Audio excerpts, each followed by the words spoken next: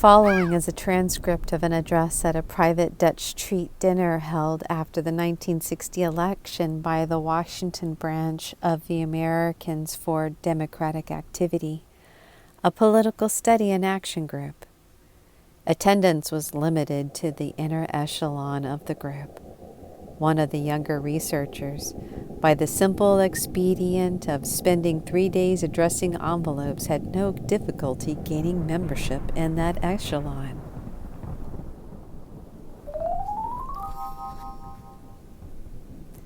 The liberal program in America faces two fundamental recurring problems: how to get elected and, having got elected, how to carry out the program.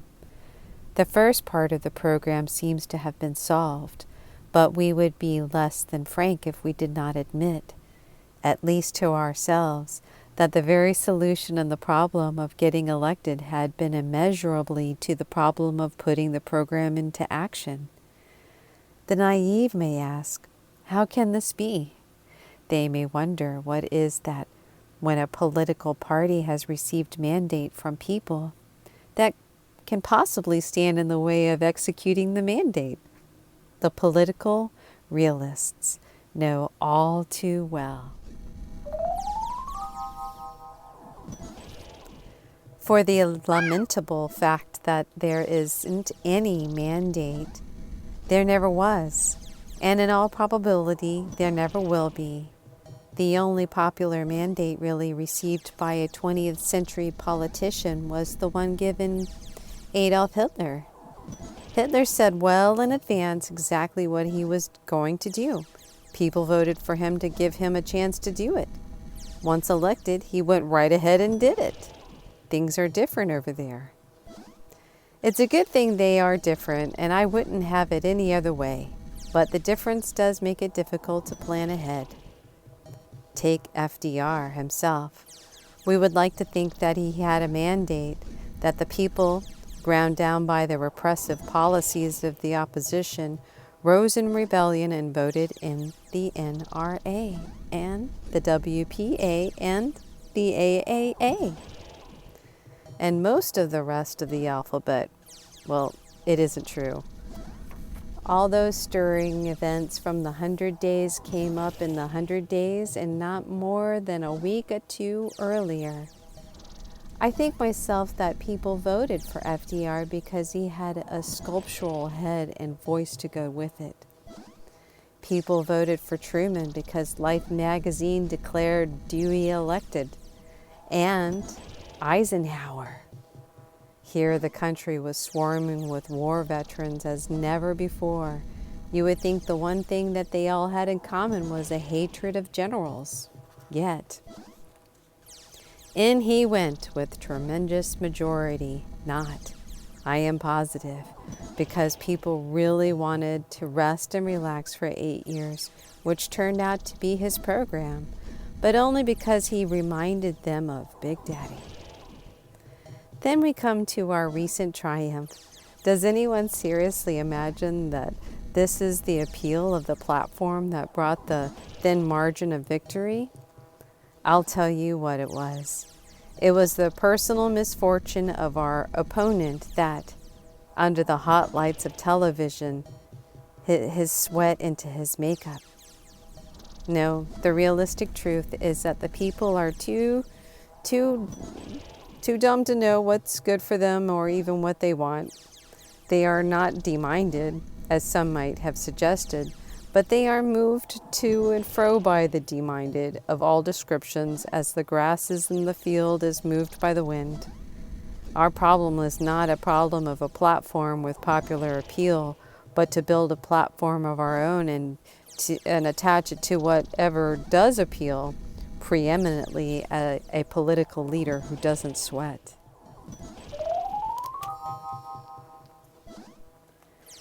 When we move from the people, victims of the deminded, to the deminded themselves still inhabiting our society, we don't have to look very far. We don't even have to go outside of our own party. Foremost among the deminded are the Southerners, by which, naturally, I mean the blight of Southerners. It is once the disaster and the salvation of liberalism in America that the blight in the South still identify our opponents with Abraham Lincoln, despite the fact that Lincoln was a liberal, if there was ever one. Consequently, when they go to the polls, they vote with basic unanimity against Lincoln and for us. In presidential elections, this automatically gives us a comfortable block of electoral votes. In the Senate and the House of Representatives, the anti-Lincolnites' votes gives us normal party control of both houses. This is all to the good and ought to ensure the regular passage of liberal legislations in all fields. Nothing of the sort happens. In session after session, liberalism proposes and the South imposes. When the chips are down, the only thing we can really count on from the South is the quadruple anti-Lincoln vote. Quadrennial anti-Lincoln vote. The rest of the time, they're all Republicans, though they can't admit it. Actually, if the GOP changed its name to the Whigs, perhaps, or Anti-Federalists, and gave us Lincoln, Jacob Javits, and perhaps Nelson Rockefeller, they could carry the South tomorrow. Happily, this is unlikely.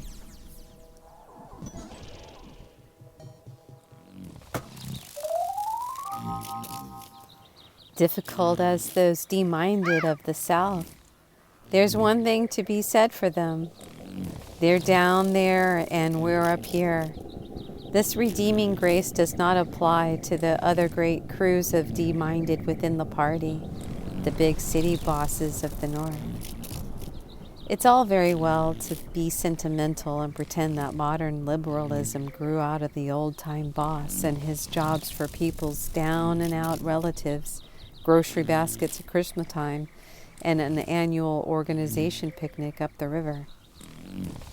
This happens not to be true. The only thing that grew out of the old-time boss is the new-time boss, and he's no improvement. He doesn't even give a damn for liberalism or anything else. All he wants is to get his followers into jobs, both elective and appointed, and to run the city to suit himself. From time to time, he uses the city to run the state, and every so often, he tries to use the state to run the country. The whole program of liberalism, to him, is a cheap, modern substitute for the old grocery baskets. By the law of history, the city boss should have been dead and gone when liberal programs as Social Security and unemployment insurance and old age assistance became a matter of law rather than patronage. Instead, he's stronger than ever, not needing gaffed the way he used to. He's not even liable to investigate anymore. He just goes around shaking hands with people who shake hands with other people, and they all vote as they're told. There's no discussion. There's no dialogue. There's no fruitful exchange of views. How can you educate people for democracy that way?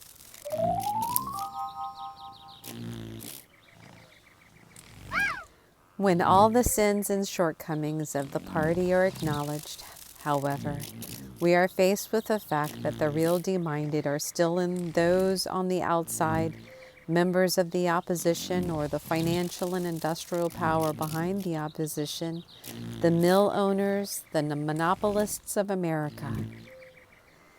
They're a stick and slick bunch, and you have to watch them every minute. This shows clearly even in the recent developments of what may be called the corporate silhouette. In some days gone by, the American industrialists was easy to recognize and natural to dislike. He wore a high silk hat, smoked a big cigar, and had a great fat belly covered by a vest embroidered with dollar signs. This has all changed. Today's exploiter, of the masses keeps himself in good physical shape. He wears expensive but tasteful colors and is not immediately distinguishable from his better paid employees. Worse still, he's had a decent education, reads books, goes to the theater, buys painting, and attends the opera to hear the music. This is protective coloration of the most deliberate sort, and I am sorry to say it works. Personal camouflage of this kind is the only surface manifestation of the same thing going on deep within the corporate labyrinths. One of the most great burden borne by liberals in America is that when we win, we lose. Thus, when we got minimum wage laws, people passed and people were able to earn enough to live a decent or live decently. Their first reaction was to vote Republican to show that they were respectful now. With industry and finance, we had the same bitter fruits of victory. Years ago, after frightful battles, we legislated a certain minimum of honesty into banks and factories. Do we get credit for this? No. Today's money man, operating within the strict supervision we placed upon him, proudly proclaims his own honesty. I am no scoundrel, he says, and the people believe him because he's right. The point, however, is that his grandfather was a scoundrel and ought to be hounded for it until the means of production are in the hands of the people, that is to say, ourselves.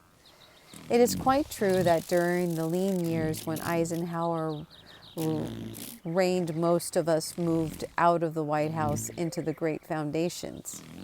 The rest is that the foundations themselves have taken on a strongly liberal cast, but the rest is that of the people giving credit, not to the tax laws that made foundations inevitable, but to the tycoons and operators who made all the money in the first place and who left their names inseparably linked with the loot for public purposes.